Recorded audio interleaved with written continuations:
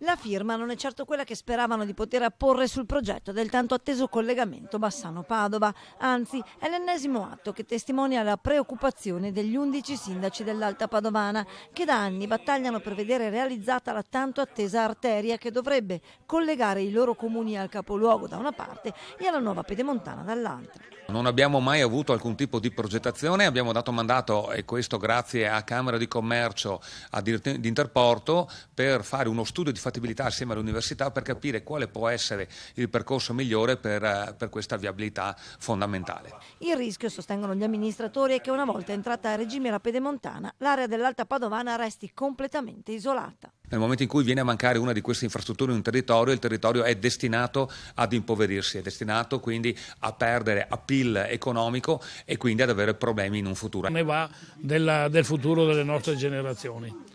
Quindi non possiamo desimerci come sindaci da prendere in mano questa situazione, perché ci è già stata segnalata una perdita di PIL nelle nostre zone che bisogna rilanciare. Noi non siamo inferiori né a Campo San Pierese né al Vicentino, che viceversa da noi stanno crescendo. Bisognava individuare già il territorio fin da subito e dire: qua facciamo la Pedemontana e queste sono le bretelle, questi signori è la strada.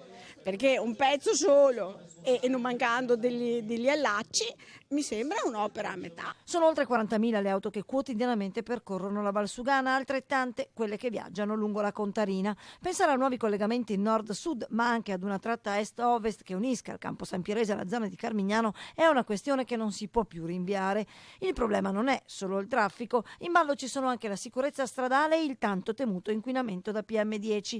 Impossibile infatti fermare il traffico sulla Valsugana, anche se il primo cittadino di San Giorgio in Bosco lancia una provocazione. Chiudo anch'io la statale, questo non è impensabile, però era per far capire che a San Giorgio in Bosco ormai è diventata insostenibile, colonne e colonne e colonne di auto che producono il PM10 alle stelle, insomma questa è la realtà.